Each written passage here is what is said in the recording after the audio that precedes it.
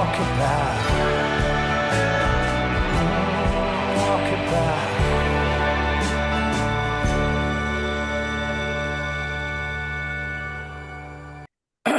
Music Multiverse listeners, and welcome to yet another catalog review show. This time we take on probably what might be considered the first and most popular college band of all time from Atlanta, Georgia, consisting of Bill Berry, Peter Buck, Mike Mills, and of course, Michael Stipe.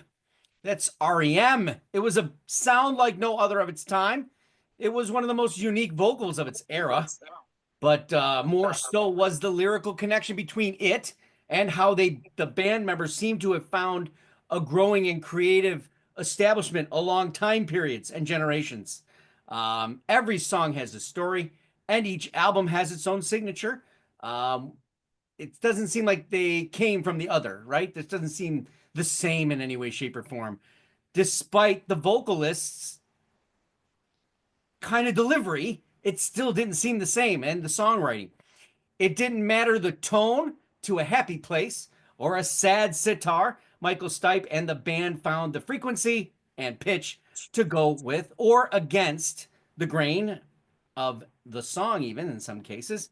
And radio gobbled it up like high-end oysters at major discount prices. It was a band of the middle class for a very long while.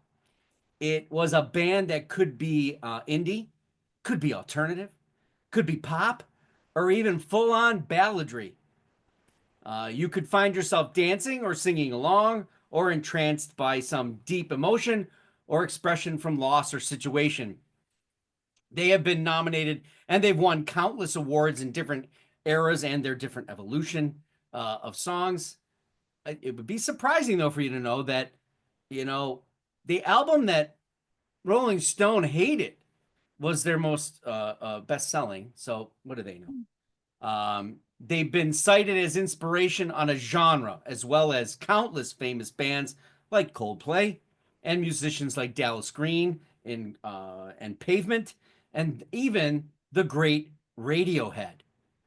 To give you a hint of their 90s importance, I saw them live, and guess who their opening act was?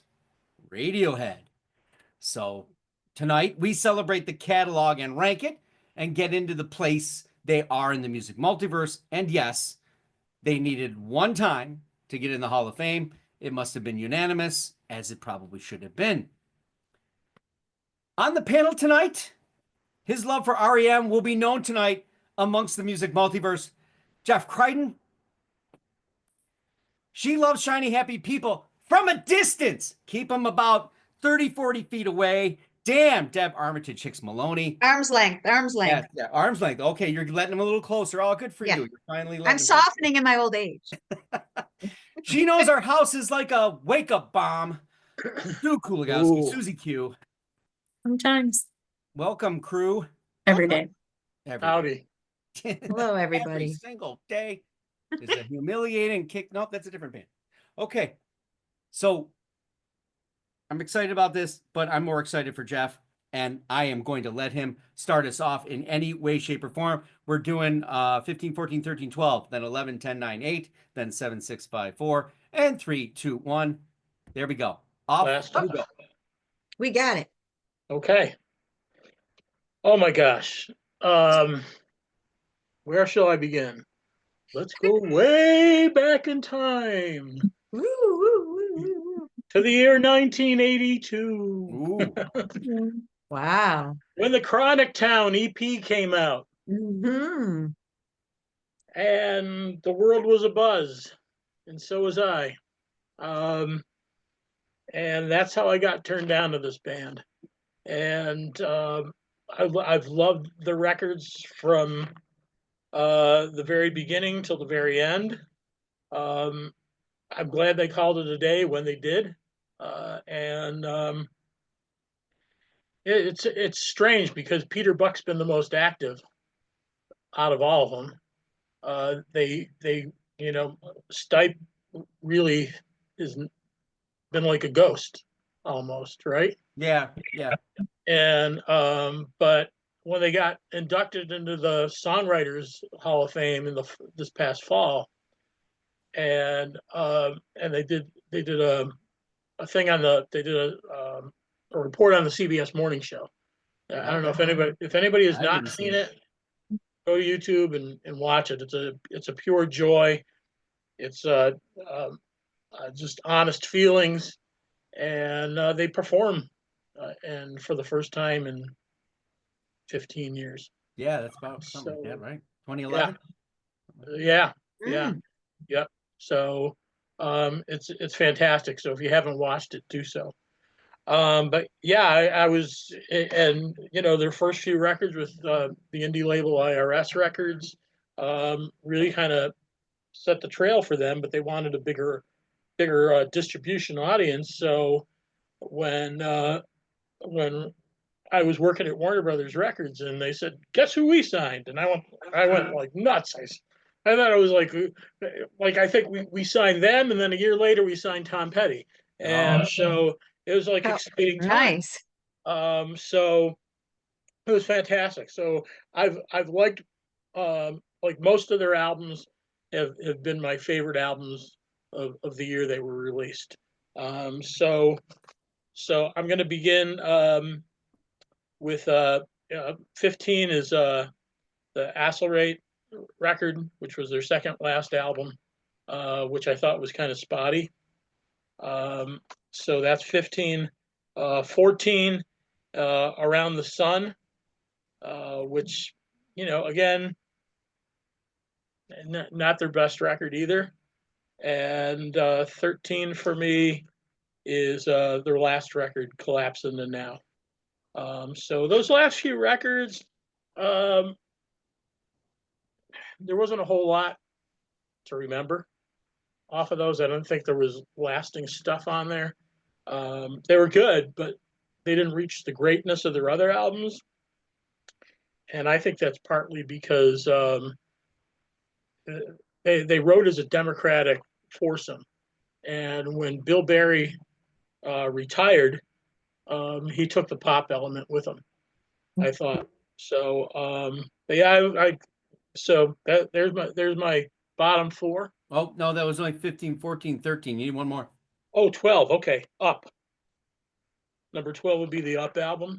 Okay. Although that had some nice songs on it. Day Sleeper, Lotus, another Lotus. great song. Yeah. At My Most Beautiful, which was one of their best ballads, I think. Mhm. But that would be 12. Okay. All right. We'll go to Deb. Alrighty. Well, in doing these exercises, I mean, you've spoken about, the evolution of a band, and I mean, there's evolution with us, right? So Mhm. most of these album reviews, I'm pretty old, so I remember the first album that's come out from these. And when you have a band that does 30 years of music like this, 30, years of albums, obviously I changed over time. I was introduced to REM in the very beginning. That's what I liked about them. So you're going to see probably some of the more current albums lower on my list because of Mhm. that. So not that I think that they're bad. I just don't know anything about them. I was listening to other things at the time, and I have to honestly say some of these, it's the first time I listened to them ever. Sorry, Jeff. It could No be. worries. I don't disagree. But I've listened to a lot of REM the last few weeks. So There you go. interesting enough. You ready with mine? I am Okay. ready. Well, first of all, my number 15, I did Around the Sun. Okay. I didn't know any of the songs on that album. But I found it interesting when the Outsiders came on because it featured some artist I never heard of, Q-Tip. Now that's got to be a rapper or something, huh? Producer too. Oh, well, guess what? We've got a special guest here. It's Snoop on a Stoop. Ah, He wants to give kudos to REM for including a rapper guy, and Merry Christmas. Hi. Okay, he's got to go. He's going to hang out here and watch the show. Bye, Snoop. Okay. Yo, get jiggy with it. Okay, Yeah. so my number 14 is Reveal, Okay. 2001. Number 13 was Collapse into Now, Oh, right on the money. and number 12 Up. Oh, wow. Like, who The Untrained Ear. What is that? I got a feeling. Mm. Okay, so, Got me a feeling. and Snoop agrees. Snoop agrees. By the Mhm. way, Q-Tip was in discussion on best album number 23. Really? Yep. He produced The Force by Okay. LL Cool J. Well, I'm learning something Blue. new. So I guess I brought the best guest speaker today. That's right. Although didn't sound like him. Yeah. Nobody sounds like him. Nobody. I forgot to smoke my weed first. Yes. Me? Yep, you. Okay. Well, and by the way, fun fact, I guess. Can I mention like a show on here to like Yeah. voice? I'm just catching the last of it because we have and if anybody's watched it, I haven't seen it yet. The West Seneca girl was in the final five. But Snoop Oh. is a very emotional man. He cries quite a bit. So Aw, yeah, very nice I guy. love that. Um So no Hell's Kitchen kind of thing, huh? no, no. So I feel a little bit better because I did not start really listening to REM until I don't know, really late 80s, early 90s. And so some of these were kind of new to me. I feel a little bit better because I think my first four are the same as Jeff's, but different order. Okay. 15, I went with Around the Sun. Okay. 14 was Collapse Into Now. 13 was Up, and 12 was Accelerate. All right. All right. And I liked Accelerate. Yeah, It got harder as you went along, obviously. yeah. All right. Accelerate's horrible. That's number 15. It's not, it shouldn't even have been, I don't know. Even the cover, they didn't even no color. It did, Yeah. Didn't, I don't remember a song now, and I played it 3 times. That's nothing against the band at all. Shit happens, right? Right. Murmur. In all fairness, I did not start there. I like someone go back and get the old stuff and put it on your record player. Think that's where it was recorded. Not sure. But it just doesn't. Again, that's purely my era and how I listen to stuff. I'm expecting that album not to be from 1983. It sounds more like 64. Like they just didn't have the right person at the helm. And then again, what did they know? They're just having fun. If I was into college radio at that point, I wasn't in college at that point. I probably would have been all over it and and seen them live. And I guess that's where the connection is, right? So after that, Around the Sun is my number 13. My number 12 is Collapse Into Now. I thought that record had a little bit of the went back and the writing Yep. of it and the Yeah. songwriting, and maybe not so much the melodies, but the songwriting and how it went with the melody seemed, as Jeff made mention of, the pop era of them took a tumble Mhm. after this particular individual kind of got out of it, right? That makes Bill sense. Berry. Yeah. So Drummer Bill Berry. yeah. So I honestly, and some people might have like from the college side to the, not too many people were very happy with Radio Song. Hey, hey, hey. But the fact of the matter is they come on. It's that's what was necessary. Hey, if Rush can do it, R.E.M can do it too, for sure. So I a liked little it. rap, no problem there. But I honestly, that album, when I listened to it again, and it was the last one they're waving on the cover in actuality. It's not bad. Is it the going out with your, guns blazing and everything? Probably not, but after as long as it's been, it's a pretty good record. So back to you, Mr. Crichton, for 11, 10, 9, and 8. 11 would be Reveal. Yeah. And that had some like Imitation of Life when we delivered that song as the first single. I went and I bought cinnamon bread and delivered it to all the radio stations with that song. Mm. Cinnamon bread. Okay, that makes And sense. yeah, it got people's attention. Yeah. Yeah, I Got like got a the good cinnamon bread. How much got the- how much got- loaf did that require? Yeah. I went to the store and I think I bought like 50 loaves. There were some very pissed off people that went in for cinnamon loaf, and you had bought it all. Well, I That's pre-ordered. what this- Oh, you pre-ordered. I You could pre-ordered. pre-order back then? Okay. Yeah. Wow. I knew Not where on I was going. DoorDash. I knew where I was going. So Reveal has, that song, and All the Way to Reno is a really good song, and Yeah, Mhm. little, That's- little it's like country. Yeah. yeah, it's a Or solid twang. record. We'll call it twangy. Yeah, yeah. So that's 11. Um, number 10. Where do I put 10? 10, yeah. Okay, 10. Okay, now the top 10 can change like good, but Murmur is 10 for me. Okay. All right, I don't feel so bad now. And, but Radio Free Europe and Talk About the Passion are Radio Free wonderful classic songs. And, Don Dixon and Mitch Easter wound up, even though they produced that record on the cheap, but those two guys went on to produce like a whole lot of great things after that. Okay. You know what? I should have gone and looked. I would have been, yeah. It would be Yeah. almost been great because I said, and these guys went on to produce that. And I'm sure the R.E.M's like going, hey, what the hell were you doing when you were recording that? Well, Did they you didn't forget have a some big budget instruments back or then. some sound things? Yeah. Money Okay, talks. so number 9 would be Fables of the Reconstruction. Yeah. Which again, another great record. Can't Get There From Here and Driver 8, Driver like two 8. standout tracks off that record. Number 8 for me would be Reckoning, and that's their second album. Again, produced by Don Dixon and Mitch Easter, and Don't Go Back to Rockville and South Central Rain. Two more REM classics. So it's tough. Like those like from 10 to 1 for me are all great, and depending on the mood, it might flip. So I was wondering how that when you started saying, I'm like, I wonder how hard this was for him. Yeah, really.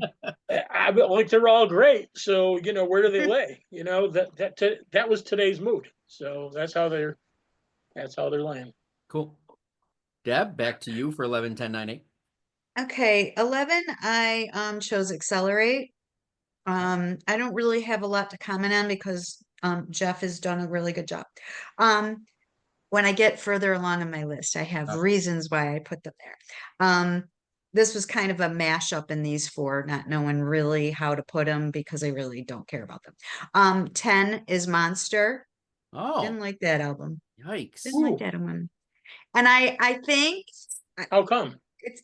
I'm not really sure, other than 94 was a really bad year for me personally, and I just didn't listen to a lot of music, and I shut my ears off to the world, and when I listen to it, it just kind of reminds me of a bad time in my life. So I think that might be why. It's my survival mode that I do. I'm going to put the No- circle on 94. Did we do 94 albums yet from that year? You know, I don't know if I bowed out. Yeah, Deb is like, okay, my Maybe it was favorite all albums in about death and 1994. None. I will Sorry, not be guys. participating. She says a big X. My number 9 is Reckoning. Okay. It's funny because you're going to see as I get down into my list, I'm probably a little different than you guys about the earlier albums. But 84 just, I think it was more of Murmur for me, and I'll talk about more about that later. Okay. And then number 8, Life's Rich Pageant. Okay. Don't really have a reason, just Okay. Sue? So I am chasing Jeff again, but different order slightly. My number 11, I went with Reveal. I really liked Invitation to Life. That was good. A little lifting. Number 10, I did Fables of the Reconstruction. 9 was Reckoning. I did like this one. I made some notes. I just felt I liked it was a little upbeat. I liked the poetic lyrics. It felt natural. But still kind of before the time I started listening. And number 8, I went with Murmur. So, Okay. My number 11 is Reveal. Nothing placement wise there. There's an album that's in this, right? And the album that's in here that's the one that makes me kind of go, and then you come after that with this, and they're nowhere near that one. That's where I fall off. So Reveal, and the next one, Up. So if you get an idea where I'm at, when Up came out, I'm like, okay, Lotus, yeah, okay, but you got to carry an album here, boys. You kind of lost me, and I went back to it this past week, and there was a little bit more. That's why it moved up the list. No pun intended. Because really, when I first started this, it was going to be number 15. Then I realized I had been unfair, and I shifted some things up. That was the first record without Bill Berry, too. Yes. So, and then Reckoning, 1984. And I'll go back to Jeff Crichton. Remain 7? It's 7, 6, 5, and 4. 7 is the last album with Bill Berry, New Adventures in Hi-Fi. Okay.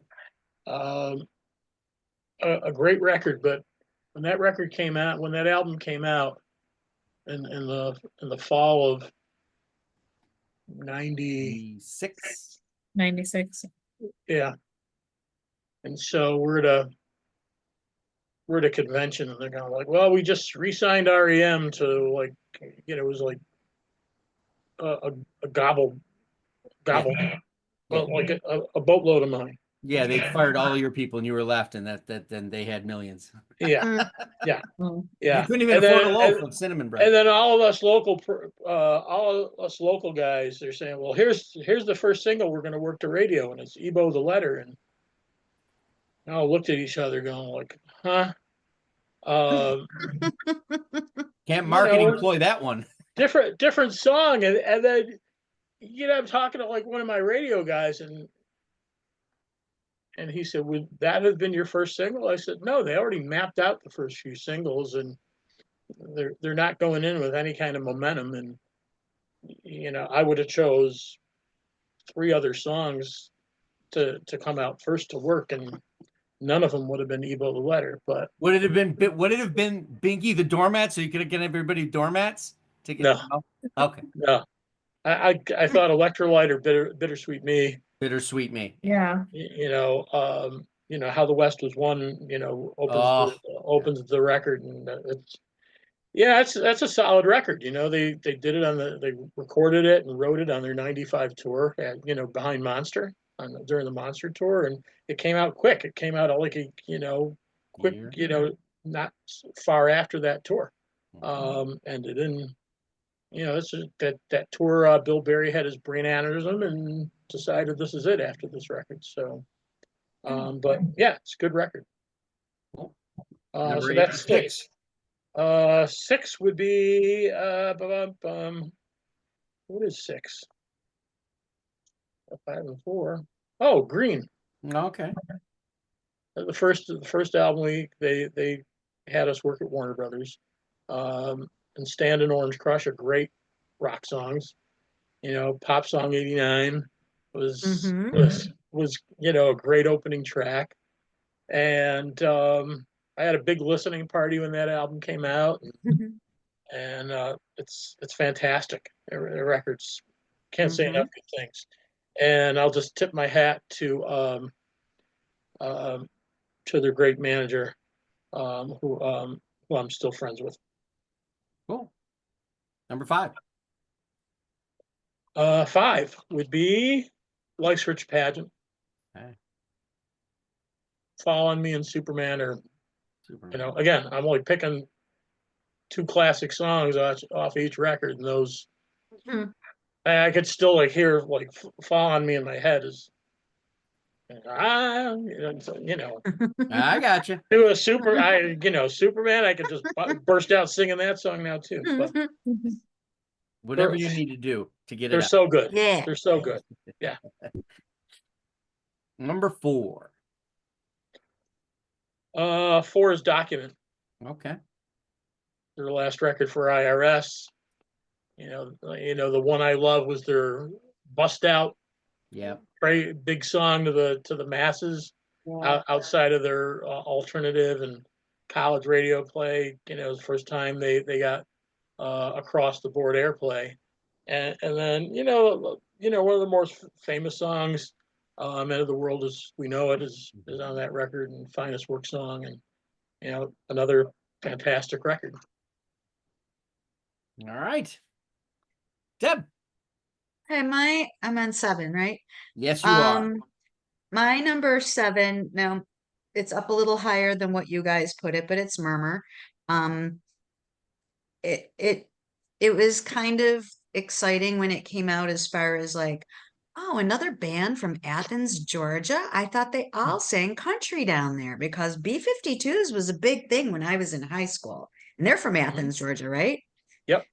Yeah, and you can hear, I mean, Shiny Happy People, obviously, on the other album, but She's you on the can tell record. Yeah. she's on the record. Yeah. It just feels like there's, especially when they go through a few more years after this Murmur, I can feel a little B-52's influence in there. So I like that. I don't know if there's a story behind that. Did they go see the B-52s when they were just playing in a bar band or a band bar? So I just put Murmur there, and then right after that came Fables of the Reconstruction in 85, because that album, I went, oh, okay, I see where they're going here. I'm liking this. It caught my attention. It was a little different than what was out, like the Madonnas and all that kind of stuff. So, which I was not a big fan of. Number 5, Yep. New Adventures in Hi-Fi is my number 5. All right. And number 4 is Green. Oh, okay. I love that album, actually. I really had a Yeah. hard time with 4, 3, 2, and 1. Sue, you're next. So my number 7 was Life's Rich Pageant. I didn't dislike it. My number 6, New Adventures in Hi-Fi. I don't think if I have anything different to say about it, but yeah, I think it's a good listen. I was not necessarily listening to them a lot in 96, but definitely listen to this one. Green was a happy-go-lucky time in life. What was it? Orange Crush and Stand. Wasn't there a dance? I want to say we used to do some kind of dance to Stand. I've never done such a dance. Well, we're gonna do it. I know there was something. I know that he does it during the concert. In the video. Yeah, and the video, right? In that place where you. I feel like that was a thing with the people I was hanging out with. I'll teach you moves, Sue. I'll teach you moves. Thanks, Snoop. Yeah, thanks. An Orange Crush, of course. Yeah. Or sorry, wait, I think I skipped. Where am I? Yeah. You were Green, right? Yeah. One more. Number 4 was Document. Again, the one I love is such a great song. It's the End of the World. I think it's one of the very few songs my oldest sister, we didn't really share a lot in common in music, and even she liked that one. I remember her singing around the house a lot. So yeah. Good memory then. Yes. Cool. All right. I had this thought process that I'd made some sort of mistake, but okay. I haven't. All right, good. So just to give you an idea how when you're a record collector, when you start to get into a band and that, you just start buying everything you can find and you see, right? So I always wonder where eponymous fit. I thought it was an actual album, but it's a compilation, and I didn't know that at the time. Yeah. So when I got it, I'm like, oh, all right. Well, anyway, that's where I was thrown off. I don't know why it's still sticking in my head that way. All right. So my number 7 is Life's Rich Pageant. These kind of go in, they're close. And so 86, right? Then 87's Document. This one goes out to the, yeah, what a, blockbuster song. Okay, now we're getting the 90s, and you know, that monster was it was a monster record. Sure was. It was REM, but way different. There was what's the Way different than their previous two albums. yes, what's the frequency, Kenneth? Holy shit. Where Yeah. did they what I mean, it's almost like someone said maybe they started with a sitar and the person went, I'm gonna break that thing, you play it again. They say electrify this, sonify it, whatever you're gonna do, but don't do that, please. You got that. You got that lock, stock, and two smoking barrels. What's it, Crush with Eyeliner, and Oh, yeah. every song's a banger. Yeah. Sure is. Bang and blang. Yeah. Bang and blang. Yeah, well, yeah, Yeah. see, there you go. See, I'm on it. So yeah, Monster kind of like set the tone for me at a certain point. I'm like, okay, where are we going now? And in some cases, with that happening, I forget the order of how those albums came to be. For some reason, like New Adventures in High Five, I'm like, did that come after it? Before? What? So after that, I go to Green, 1988, for my number four. My number four. Yeah. So that's Green. Green's just I can every song can listen to it, and it is REM, but it's not the REM of the past. But it didn't jump so far, and politically and gauging the songs. Every song sounds like wrote it and said, "No, I'm not doing things." Okay, so here's where I'm going to make a wild comparison because songwriting, and generational, and anybody can listen to it and get something from it, and you can get something from it now and get something from it later. As I get to my tops, which I can't believe they're going to be somewhat close, which is crazy. I think if someone said to me, name another band and a songwriter from another country, what would I name, Sue? Very much like the same. It'd be Gord Downie and the Tragically Hip. Well, yeah, Oh yeah. yeah. All right. Oh, I was going to say this earlier Gord on, Downie for writes sure. songs to write songs to Right. and that's Michael Stipe, and that delivery and everything. It means something. They just don't put out, well, we need something in 35 Mhm. seconds. This isn't Great White. This isn't a Warrant's Cherry Pie, which was written about 1:35. All right. Although it's catchy as hell. That's my kind of comparison. So back there's only one other time I made a very bad comparison, and someone said, "What's live sound like?" And I said, "Well, it was like a little heavier REM," and that turned out to be false. But hey, Yeah. I didn't know how the live performance was going to be. So, but yeah, that's kind of where I am at this point. So when I get to 3, 2, 1, you'll kind of get where I'm going. Back to Mr. Crichton for 3, 2, 1. You brought an interesting point about the hip too, because Mhm. they should have been a huge band in the United States, Mhm. right? And outside of our area here, Yeah, and maybe few other spots. probably a little less in Detroit. Mhm. But they Mhm. it blew me away that I don't think they didn't get promoted down here. They were with the wrong labels, and nobody really worked them like they should have. I'll just leave it at that. Yeah. But yeah, that's a good analogy. So 3, 2, 1. Yeah. Monster is number 3. Okay. Because that record just came out. It was cool. We got all these tchotchkes to work. We had like the bear head. We had a bear head. We had balloons with the bear head on it, and we had guitar picks and all these kind of fun things. And that record just from the very beginning.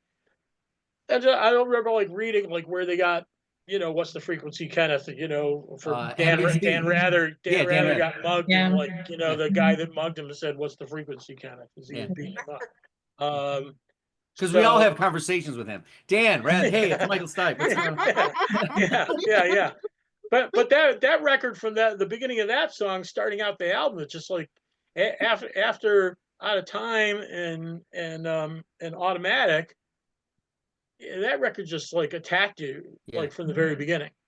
You know, those records, the two previous records were like poppy, more poppy, right? Mhm. Folky, and this one just slugged you in the chin.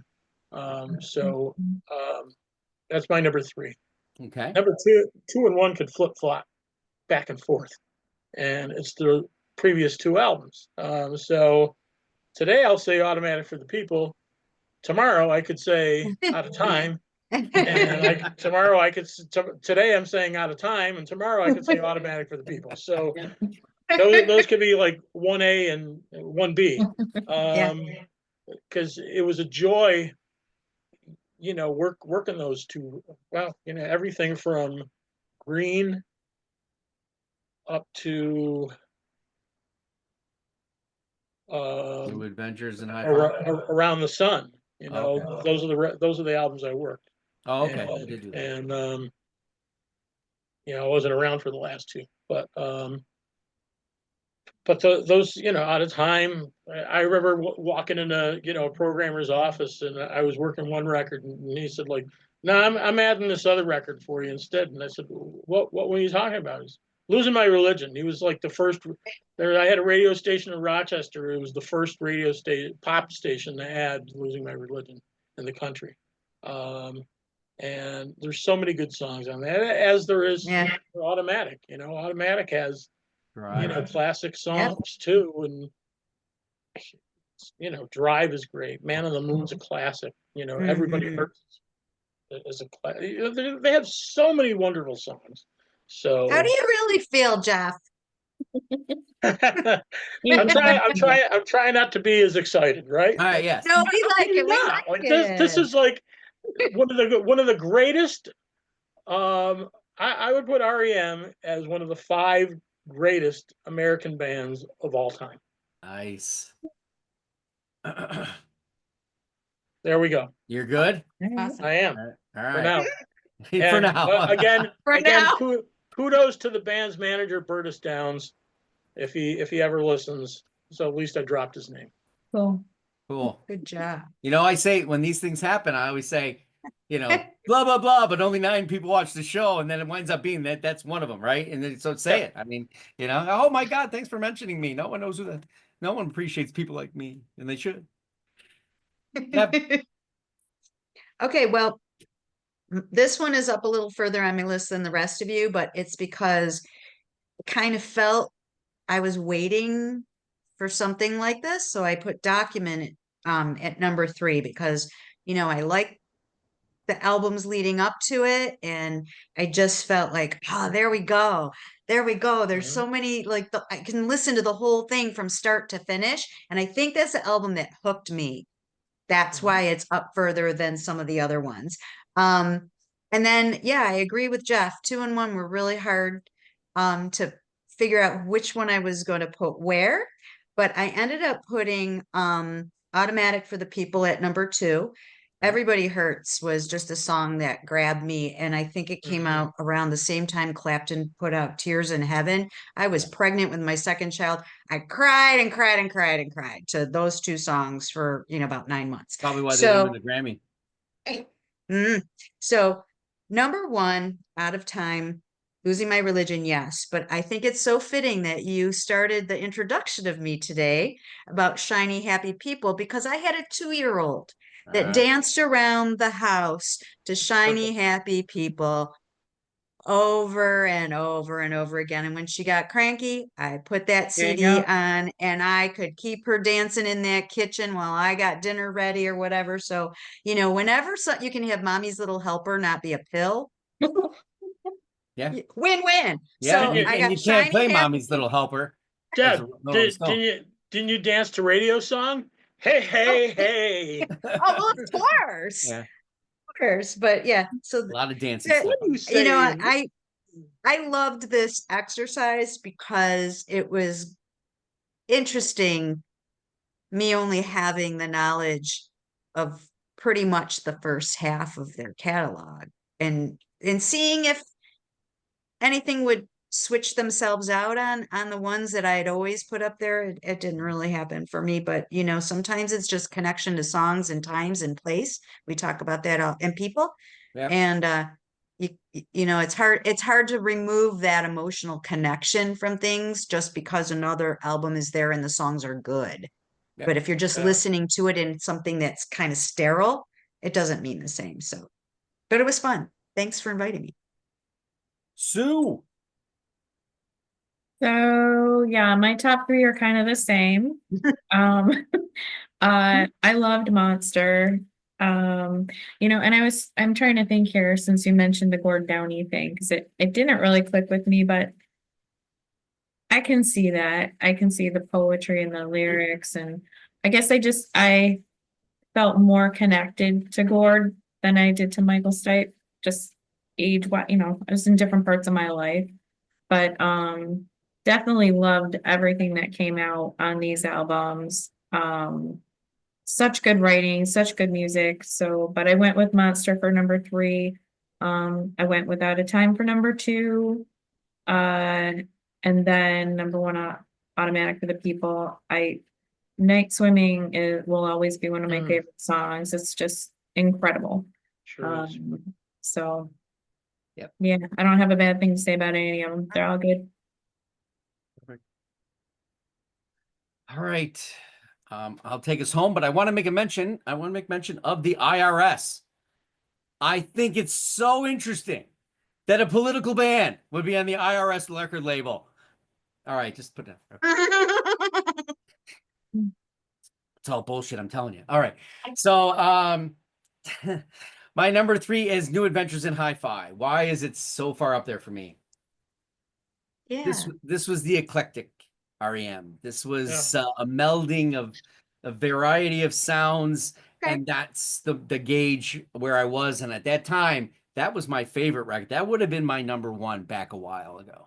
And there are some very unique songs on there with very trippy combinations of musicianship on it that they had not played. It's like they took Monster and downtoned it and then did it some way different. Yep. And because those songs could have been rippers too, I imagine, right? If you think about it, like Pinky and the Doormat or whatever. All right. So weird titles. That was their problem. I agree with Jeff Crichton. Just sometimes you leave those to the doom metal bands. Yes, that you made me listen to all the time. Yes, damn it. I'm gonna convert you one way or the other. So I am the duplicate of my wife in that regard. It is Out of Time. Although at a certain part in time, that might have been my favorite before any of these other ones came, because Out of Time had Belong on it. And Belong for me was just, that's what Michael Stipe could do. He could put you in and suck you in. In a song that really doesn't have much of a tempo change or anything, but the lyrics are driving, and the way he delivers the lyrics is more of what's going on. And he actually did that song in the Unplugged session, and I thought it was really, really good, well done. And that's one of the Unplugged sessions that was not recorded very well, which is a shame, because I think that might have been the top 5 of Unplugged shows on MTV Unplugged. My number one, Automatic for the People. Yeah, Night Swimming. I could play that song every minute. Of course, Everybody Hurts.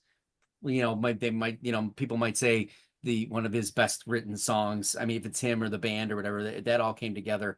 That's a gorgeous song, and I think that it's not going to get played at weddings, but it's going to get played at that other thing that happens. And it's a beautiful memoir to anyone and anywhere, shape, or thing. Yeah. So then they make a movie out of Man on the. Yes. Right. Yes, Yeah. right? Yeah. Exactly. And that's kind of like the whole idea of, like, he does What's the Frequency Kennedy pulls a story from somewhere, right? And we lost Jeff. What happened? Oh, well, maybe he'll come back on. Yeah, and by the way, I just realized my top 3, they were all during college. Yes. It was a movie. It was about no longer a college I told band. you. People, places, things. People, places, things, memories are a big reason why we get connected, no matter what the quality of it is. So here we At go. least to me. And I liked Radio Song, by the way. I thought that did too. It was brave of them to do that. Yes. Yeah. Like we're Yeah. doing this. And who knew I didn't know KRS-One. It's not like they got somebody famous. They just got a guy to, I don't know. He maybe was at the time. I had no idea. Now it's time on the show where we finalize where in the catalog this is for you. Hopefully Jeff Crichton comes back, but I have a feeling I could do it for him if he doesn't. Or Snoop can fill in. Snoop can fill in if he doesn't. Snoop will fill in. All right, so we'll do this quickly because I think some of these are a bit bad that they should even be mentioned. So legendary, the entire catalog is near perfection, reliable, inventive, sincere, and influential. Then it's iconic, very memorable, very influential to the listener and industry, trend-setting and generational. Relevant, the albums have been getting better over time, forward, maybe even they hit a stride and truly on their way to potential greatness. And we're texting to see if Mr. Crichton's coming back, I think. And then club level, they have some good albums, some songs, but not as reliable as they are inventive. Opening act, I think you get the idea. It's going down and down as it goes. Faded memory, the band is a shadow of themselves. They're not relevant at all. By God, they have maybe one song or one album and they're done. So Deb, I'll go to you first. Where does R.E.M. lie? Iconic for me. Iconic for you. Yep, that's what I got. Got it. And what Snoop? What? He doesn't think they're a very inclusive band. Ah, okay. Except for Q-Tip. Okay, except for Q-Tip. Or in KRS-One. Okay, got it. There's still time. There's still time, yes. There is. Oh, There's yes, time. he's back. Yay. He's back. Yay, All right, Jeff. Stu, legendary, iconic, relevant, club level, opening act, faded memory. I also went with iconic. Okay. I'm back. You're back. Yay! Yes. Snoop was filling in, but he didn't have anything worthwhile to say. Yeah, I got kicked off. I said, like, what the heck? Yeah, I would never do that Give to it a anybody. moment. No, Actually, yeah, my I might computer do that just to went I might like, do that to Alex. yeah. So this is the part of the show where legendary, iconic, relevant, club level, or faded memory.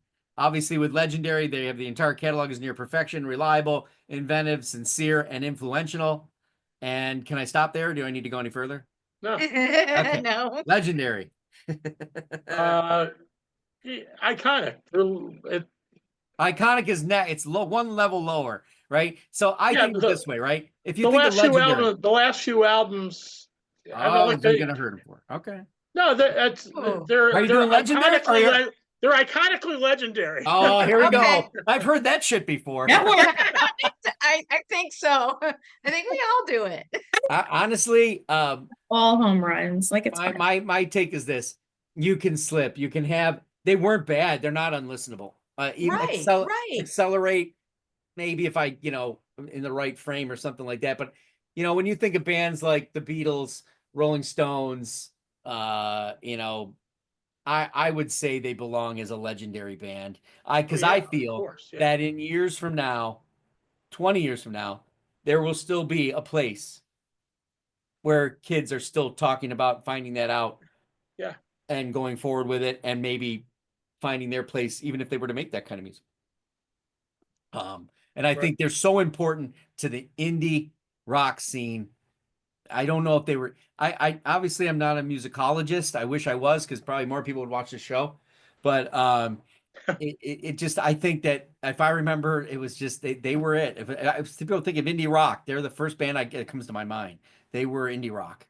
Well, this was awesome. What did you think of REM's catalog? If you haven't got into it, if we talk about this on the show all the time, this is one of those bands that you can say, oh, I never was interested, and if you sat back and you went into records like Automatic for the People and Out of Time and Document and Green, you're going to find something. You're going to see that the songwriting speaks for itself, and the playmanship of these gentlemen over time has something to say in the music industry, and with all kinds of bands and people influenced by them and the songs that they brought over time.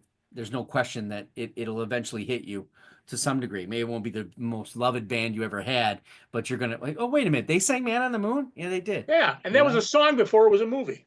Yeah. There you go. Doesn't happen that often, right? No, it doesn't. We're on the web at beyondyourradio.com, Facebook, Twitter, Instagram, YouTube, of course. There's albums, bands, artists, anything we can get our hands on. Go Beyond Your Radio with us, a Real Music Appreciation channel. Join me tomorrow for another of the top albums of 2024.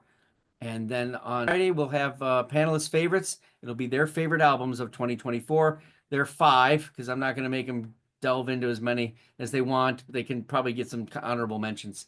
I'll try to stay out of it because mine will still be going on, depending on how many panelists we get. I did send them my list of 829 albums. So they've been listening for eons. None of them have gone to sleep and won't go to sleep until they finish recording on Thursday. Thanks for watching. Happy listening. Bye.